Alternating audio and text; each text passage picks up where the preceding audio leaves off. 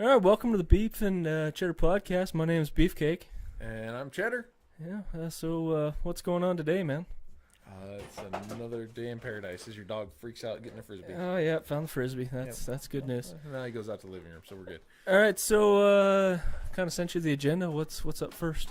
Well, so first off, we were talking about Battlefront 2. Well, the upcoming Battlefront 2 for PS4. So, and kind of discussing loot crates and the wonderful... Loot crates are pretty bad. So, did you do any hunting on what they're doing for loot crates or what they changed after the beta? So, I did a little bit of looking at some stuff. I don't know if I completely understand everything they've got going on. Now, some of it sounded like they were changing some of it depending on kind of their first reaction from the alpha tests, and there's still I've even heard from some of the pre-release stuff, because didn't they release it on Xbox and PC now? I think Xbox One and PC. I think they did. So from what I understand, they're keeping the loot crates in, but they're introducing a leveling system. So you essentially have to be a certain level before you can get anything, and then they're making the certain epic ones tied to levels. Like, you could never get them until you got to that point. Yeah, so like you can't just pay your way up in levels. Like, you've got to work your way up to this point, but if you buy the loot crates, you're going to be able to level up way quicker, in theory, is what I'm guessing. So you still kind of pay to... In theory. Now, here's the other thing. They got some really bad balance issues right now. I guess you can go jump in a Y-Wing on any of the big levels and just shoot down never-ending spawning drones and max out all of your levels in one go. So I don't know if they're going to fix that or not before release, because I understand it's right now you can do that. I did not hear that. No, I did hear there's some screwy stuff, and this was more in the beta stuff that I was reading, is there's some screwy stuff with like even class leveling, that if you might play your assault class like twice, but because you opened a loot crate in it with that class, and you might play your support class all the time, your assault class will still be a higher level because you opened certain loot crates with it. I heard stuff like that. I don't know if that applies to the same thing with the ships and stuff or not. I don't know if that's the same type idea. Or... Well, I don't know that it's necessarily that. It's just the leveling system. Like, you have to be a level overall before it lets you do it, and I think that's kind of what it is. But I don't know. I'm kind of torn on buying it, to be honest with you, but I kind of have to because I want that sweet-looking PS4 Pro. And I already did. I might have already went ahead and I bought the Elite Edition. You pre-ordered it? I pre-ordered it on disc, so I'm not going to get it ahead of time, because last time I did the pre-order and I pre-ordered it on the digital thing, and that took up a ridiculous amount of my PlayStation. And it took 4 days to download it at my house. So that was like, I'm going to wait and get the disc. And well, if you're getting it and I'm getting it, when do we want to live stream it? So here's my problem. Release night, I got Christmas party at work, so I can't do it release night. We can live stream it either way. No. I don't care either way. No, do you want to be doing it at your house, or do you want to bring it over here and run it on the second TV? We could probably bring it over here and run it on the second TV, and if you wanted it, because I could bring my PlayStation and we could do it that way if we wanted. Well, at that point, you wouldn't even need to bring your PlayStation, because I'll have my other PlayStation to run it. Oh, yeah, you will. I could have it pre-downloaded and ready to go. That's true. I never thought about that, because you're going to be a double PlayStation person now. Yeah, I will be a double PlayStation person now.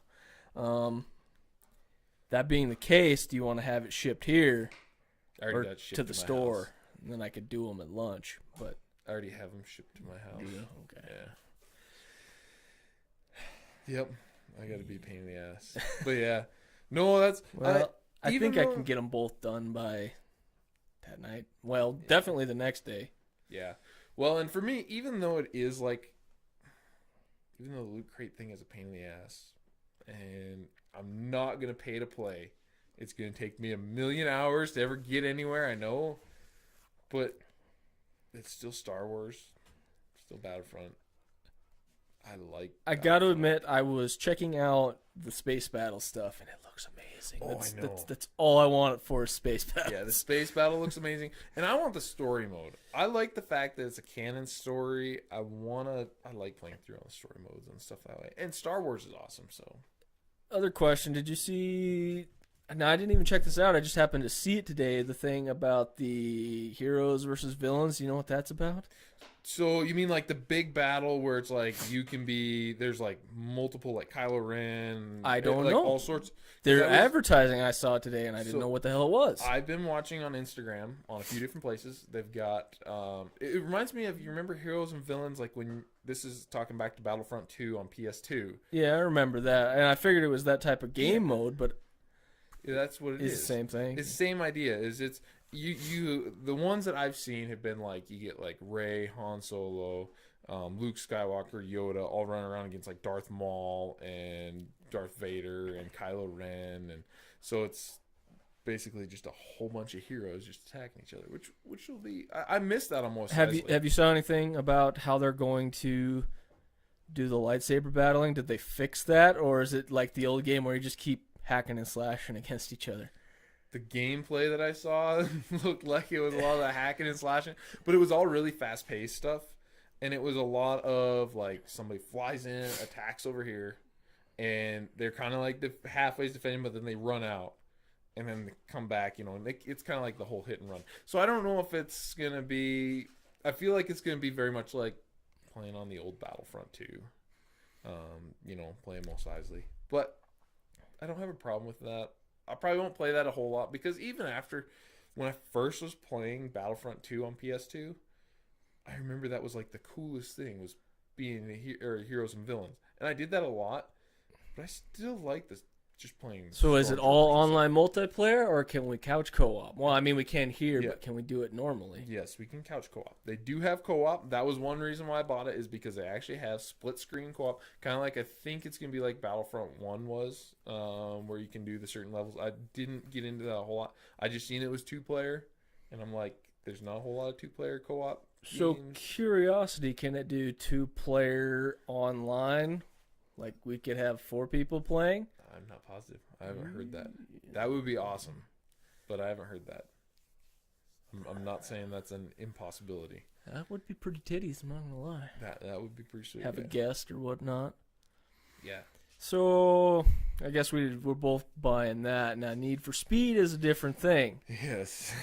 I'm pretty sure I'm not gonna buy it. Yeah. I was looking at it, understand the controls are crap, and I don't know.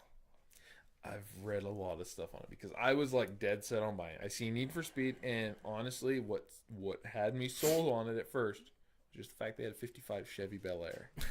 And they had the ability to make it look like a gasser or go off road. I mean, they had all sorts of cool upgrades. That way it looked like. So I was like wound up Jack going, yes, I'm buying this game. Then I started reading reviews on it. The one thing that probably upsets me the most, because like, I mean, the controls on it, I get our shit, but at the same time, they're very arcadey, I hear. And I hear they're like, basically you're on the throttle all the time, feather the brakes, nitrous. I don't care about the arcade side of things. And I don't care about a shitty story. Like, it sounds like the story is just like any Need for Speed story where they're super corny and yeah. Although I did hear that they're like millennial whining in the story. So that pissed me off. But the whole upgrade system, that's what really threw me. It'd be nice to get back into something that has upgrades. I hate the Gran Turismo thing where you just click a button and it boosts your horsepower crap. That pisses me off. And the Gran Turismo thing's another thing I want to bitch about. But other than that, it'd be nice to have a decent upgrading system. And I do like the visual things they're doing with that, where you can put body kits and stuff on. That's always cool. But I understand the driving system's what's pissing me off. They basically just say, yeah, barrel into a corner, slap your brakes, and you're just going to drift through it. You don't feather your gas, nothing. It's not like, the last Need for Speed where drifting required some, especially when you turned off the helping thing. Yep. You actually had to use your throttle control. I don't know. Yeah, and I mean, I would miss that. I guess I haven't driven it, and I don't necessarily always trust everybody else's ideas on what are. I get controls are kind of generic, but at the same time, I think you can kind of, depending on how bad they are, you can kind of get around them, and it depends on how you set up the cars. But Well, and it also sounds like they didn't fix my one major complaint from the 2015 reboot, I guess, is the speed cars are basically, no, just you get in a drift car and that's how you race the game. There's no other racing style. yeah, that's I was reading some stuff like, and you have to run a certain drag car. Like if you've got a drag car, that's for your drag racing. It sucks for turning, sucks for doing anything that way. But that you have to class each car. So like if you go to a drag race, you have to run your drag car. And if you go to a drift race, you have to run your drift car.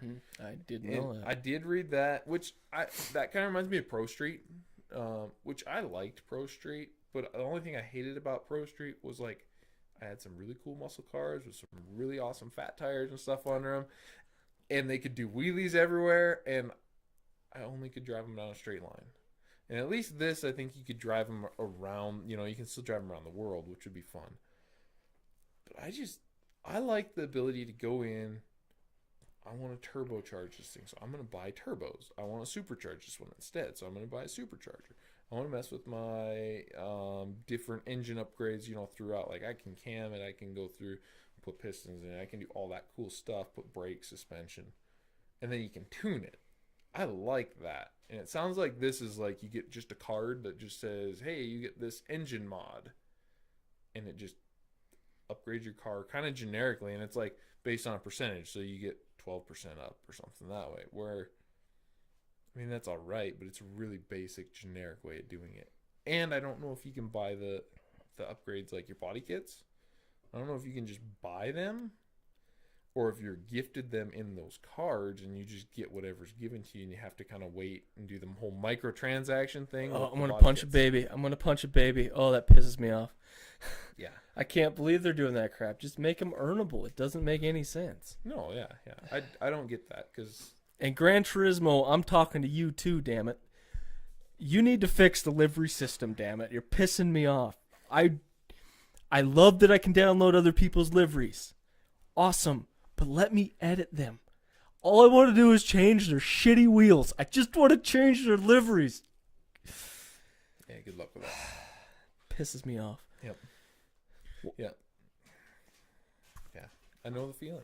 I don't know why people put gold rims on this beautiful car, but no, let's put these shitty gold rims on this car. Mm-hmm. I did this awesome job with the livery, but I put crappy fucking wheels on it. Yep, exactly. I know the feeling. Yeah. No, I just, like I say, I'm gonna hold off on it. I'm gonna see what they do because I'm hoping they'll kind of change some of the stuff. But I feel like what's gonna end up happening is I'll probably just look at it. If they're not gonna change the stuff that's most important, that I feel like is most important, to where I'll probably end up just holding off till they come out with the next one and hope that they came out with a better one. From what I can see, it graphically looks decent, and it's okay. It's probably a $30 game. Not a $60 game. So it drops in price substantially. We might be talking. Yeah. And that's what I did with actually Need for Speed 2015. I actually did that with that. I waited till that game dropped down to, I think it was $25, and I bought it then. And I was playing it way later than everybody else. I wasn't by any means up to date on that game, but I had fun with it. It's a fun game, and it was, to be honest, a blast. It was probably better that you did that. When it first came out and there was people just constantly running around tracks, you'd be hitting people in races. It was terrible. Yeah. Yeah, and I do like the fact that they did get away from that, where I did hear that you're not always online. You don't always have to be online. So that is one thing. The other thing I did hear with it that I was a little uncertain about was the fact that most of the cool stuff you do in the game, you don't actually do. And like the cop chases. Cop chases are like time trials. Basically, you have to get from point A to point B, and then you lose the cops instantly. It's no like, oh, I gotta be a tricky driver and duck into this alley. That's terrible. Yeah, and so it's do that, or do you remember I'm trying to remember which one it was, where they'd have like the stands of like pipe and culvert that you'd like hit them, and the pipe and stuff would come down and crash the cops. It's got like, I guess, that kind of stuff to lose cops, but it doesn't if you duck into an alley, you don't lose the cops. They're on you until you get from this point to this point to this point to this point. That's so dumb. I just like that. And then, like I say, the cool stuff that you do, I guess, in the cinematic stuff, like if you ram a car, it does a jump cutscene thing where you watch the car roll and you don't actually do. Yeah, didn't Hot Pursuit do that? Where every time a car would roll, it'd show the car rolling and then come back to reality type thing. Yeah, which is all right every once in a while. I mean, if you're doing it on the main story part and you're doing this really cool part and they've got to cut to this to make this part epic, I'm all right with it. But if every single time you're having to do that, that gets old. Yeah, for sure. So, you finished Rebels, right? Yes, I did. Well, okay, Rebels Season 3 for all you people who are like going, what are you talking about? Well, I think Season 4 has already started. So yeah, it has. No, Season 4 has started. I haven't seen any of it. Tyson, please stop hitting the camera. Driving me nuts. So, my personal opinion, give it 4 out of 5 stars. Yeah, I would. So, I had a hard time. I was actually going to say about 3.5 out of 5. Oh, really? Wow, I didn't expect it that low. Well, for me, Star Wars Rebels has... I mean, there's... Tyson? I feel like their character development could be much better. You got to get rid of your dog now. I do have to get rid of my dog. He's being I don't know, we got to chew on the Frisbee constantly. Like, I like the characters, but at the same time, like, if Ezra died, I would really care less, honestly. And that's terrible, but I just don't have, like, that commitment to hardly any of their characters where I'm like, I really want to see this person succeed. I'll give you that. Ezra's kind of a throwaway character to me. I'm hoping... That was one of my problems. I thought Season 3, from the stuff I saw, was where he was really going to try the dark side. Yeah, he did it for a couple episodes. Yeah, that wasn't for me type thing, right? Yeah. Well, and he didn't really try to... He could have went, to me, way more into it. And it would have been I would have been way more attached to him then. It would have been like, this guy is really trying stuff that you haven't seen before, but he's kind of just becoming just a generic... Character development, yeah, I'm glad you said that, because that was the one thing that really pissed me off is... They built up Maul in Season 2, and he was going to be a badass, and he was going to teach Ezra the dark side. And he was kind of a badass. And especially if you go back to the Clone Wars, he was kind of that looming, shadowy figure at the end of that series. Yep. I hated how they killed him off. Yeah, I felt like he could have done way better. It bothered me that he was killed by Obi-Wan still, because... I felt like it was all right that he was killed by Obi-Wan, but at the same time, he was killed by him before, in theory. Like, I mean, you know, and he wasn't killed, I know, but we were left believing that he was killed by Obi-Wan. My problem, I'm okay that he got killed by Obi-Wan. My problem is how fast it happened. Yes, exactly. It was just, and he was dead. And that's not even how Obi-Wan fights. Obi-Wan's the wear a guy out and then overpower him with pure technical skill. If anyone was going to get killed that way, Ben Kenobi should have been killed by Darth Maul, because that's how Darth Maul fights. I don't understand why they did that. Yeah. The only thing I do have to say about watching it, the fight, because I actually went and rewatched the YouTube video again today, because I had to refresh my memory before doing this, because that was the one part that I remember being very, like, going stupid. Well, I had it built up in my mind, because I knew you had spoiled it for me and told me that he was going to die. Well, you knew he was going to die. I knew he was going to die at some point. I didn't know if he was going to die this season or not, to tell you the truth. But anyways, I had it built up in my mind, like, okay, it's going to be this epic death. And it took 2 seconds. It was done. It was. But Pissed me. I do have to say, I like the way that they animated Obi-Wan. In general, decent, the voice was well done. Like, it was, I felt like it was a very good transition from the prequels to the originals on Obi-Wan. And I liked Obi-Wan's fighting style wasn't like overly flashy. Like, when you watch it, it's like block, slash. That was all he did. It was basically the original fight between Ben Kenobi and Vader is all it was. But sped up. Yeah, essentially. And I do have to say, I like that it was sped up, and I like the fact that they threw in some elements from the prequels of, like, how he does, like, the whole 2-finger thing, you know, and, like, all that stuff. Like, I like that it was kind of a combination of the prequels and the original trilogy, and the fact that he didn't move around a whole bunch because, like, he is getting old. He hasn't been dueling people with lightsabers. It was just kind of like, I'm doing the simple. I'm not moving a whole bunch. I'm just gonna simply just block shit. But Darth Maul is amazing with lightsaber, and if you read the books, if you read anything, that was his big thing. Like, he didn't know much on the dark side, like as far as sorcery or any of that kind of stuff.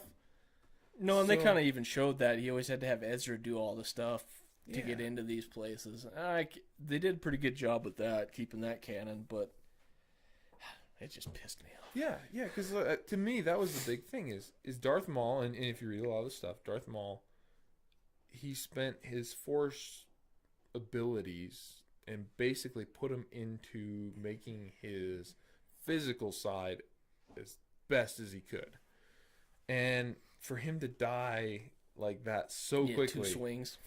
I mean, he should have been able to just absolutely demolish him, if anything. But I mean, obviously he had to die, and so it wasn't Obi-Wan. Obi-Wan wasn't going to be the one to die. So I mean, you kind of knew that. But I was just really disappointed he died so quick.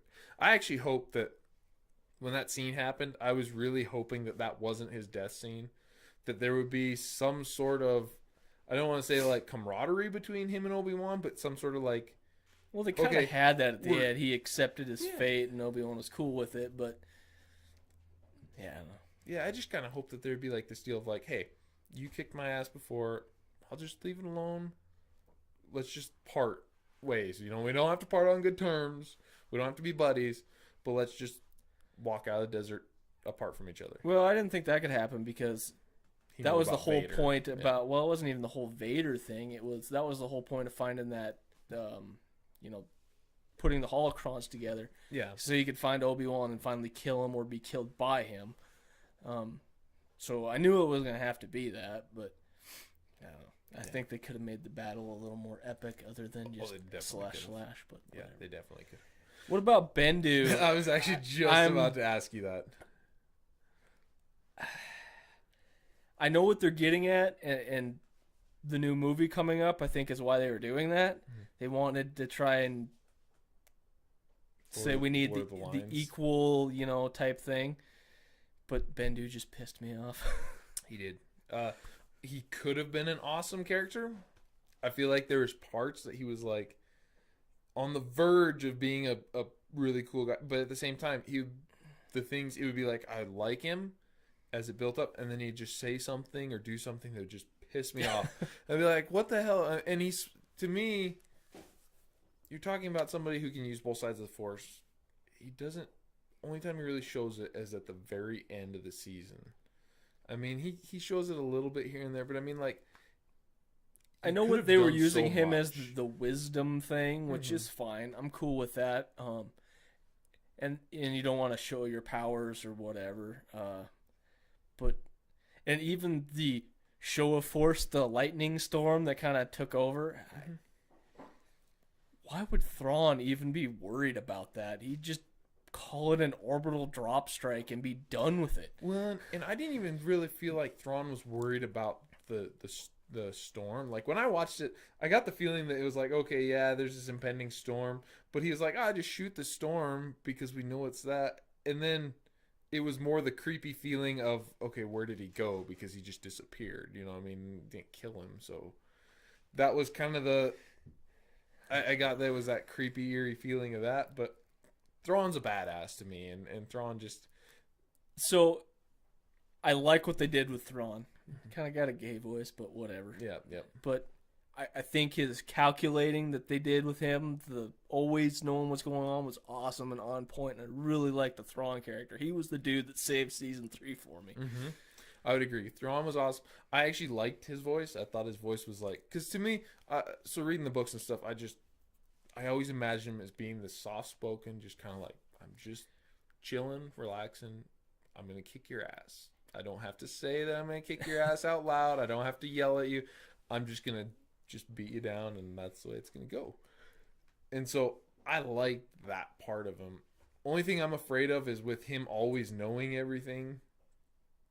and still somehow always being beat throughout the series. I mean, there was times that he'd have little victories, but overall, I'm afraid it's going to become a very easy excuse for them to pretend like the Emperor's or the Empire is doing this really awesome job, because Thrawn knows about the plan. He knows everything about it, but the rebels can keep having these victories because Thrawn's letting them. I mean, I feel like at some point Thrawn just needs to absolutely just kick their ass to prove that he is as awesome as he is, because it kind of becomes just a... Well, I thought they kind of got to that where when he took over the base in the finale, I think they kind of figured out that he's more of a badass. Because if it wasn't for Bendu, they would have been SOL. There's no way they would have survived that. Between Bendu, though, but then also because his commanders didn't listen in the orbital battle. Yeah, absolutely. To me, that's kind of where it would have been like if his orbital commanders would have listened to him, or he would have had more control over that.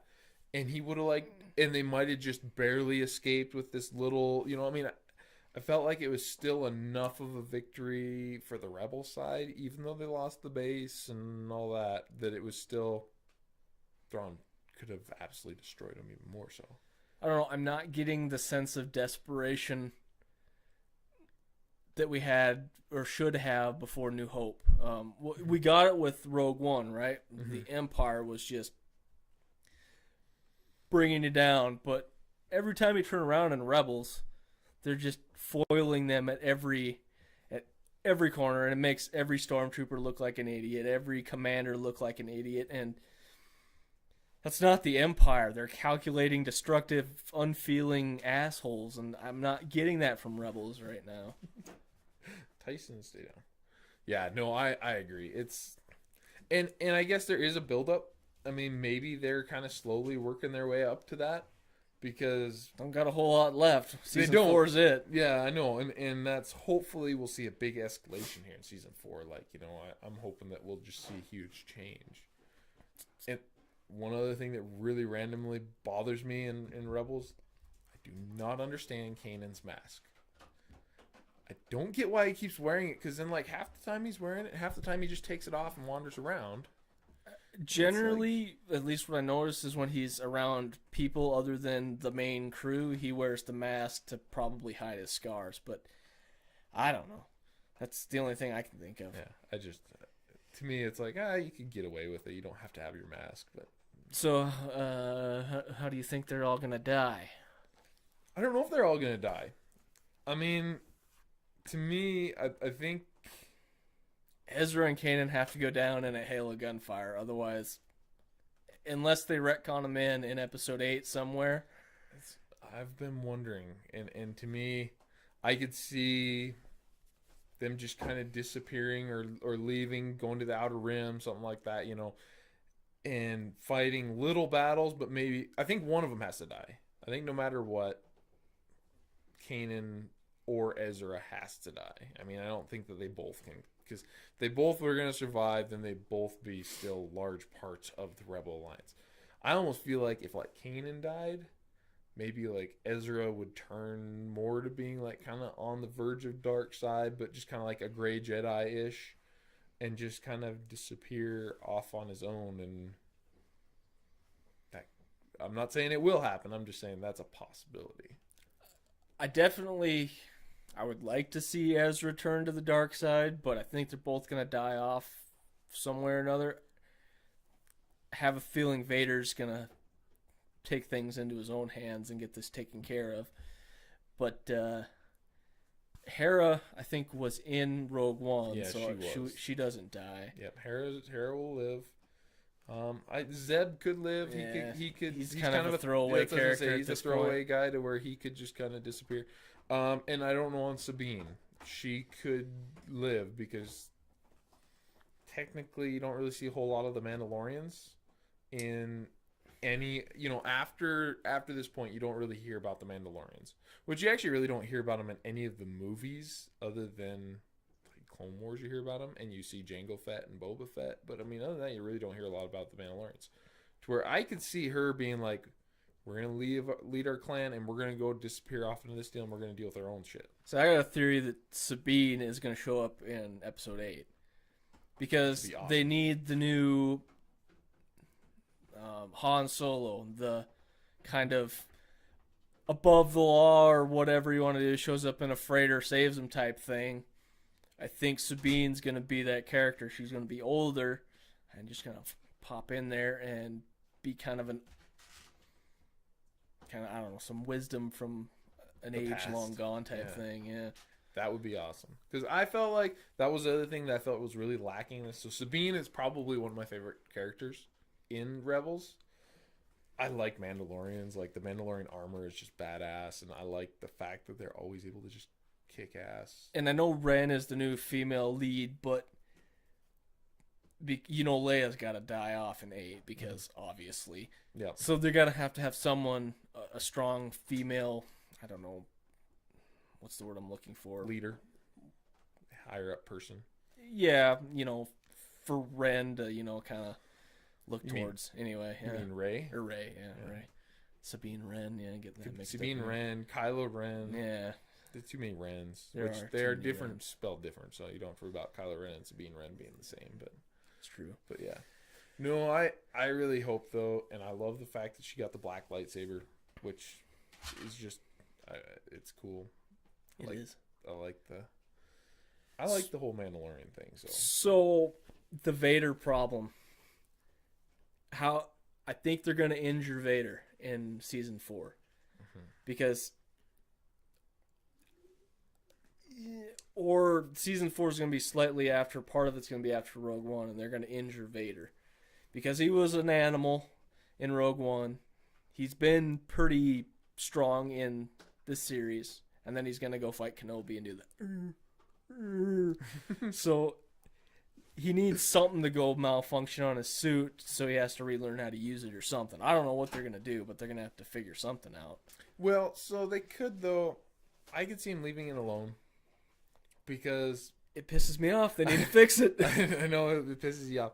But here's one way you could fix it, and I've heard this before, is the whole idea that the Emperor or that Vader actually changed his suit to make him be in more pain so that he... But that makes him stronger. Stronger with the dark side, yes. But Vader, I mean, he's slow with his lightsaber and shit, but in the original movies, he's still strong. I mean, you gotta remember, he The choked over problem a guy is, across okay, yeah, ships. I understand the theory you're throwing out. I've researched it thoroughly. But Yes. that's why he never changed his suit. He had the ability, they were going to make one that made him more mobile. And I'm okay with that, except in A New Hope, it's... And then by, Empire Strikes Back, it's good lightsaber battling. Him and Luke are battling. So I need something where he gets injured and he needs to relearn how to use his limbs type thing to make that... Which that could be your Ezra and Kanan death. It could be, Could be. but does that happen during Rogue One? Because Hera is there. Yeah. Is it that could. why Vader's late to the party? I don't know. Stop moving things, you dorkfish.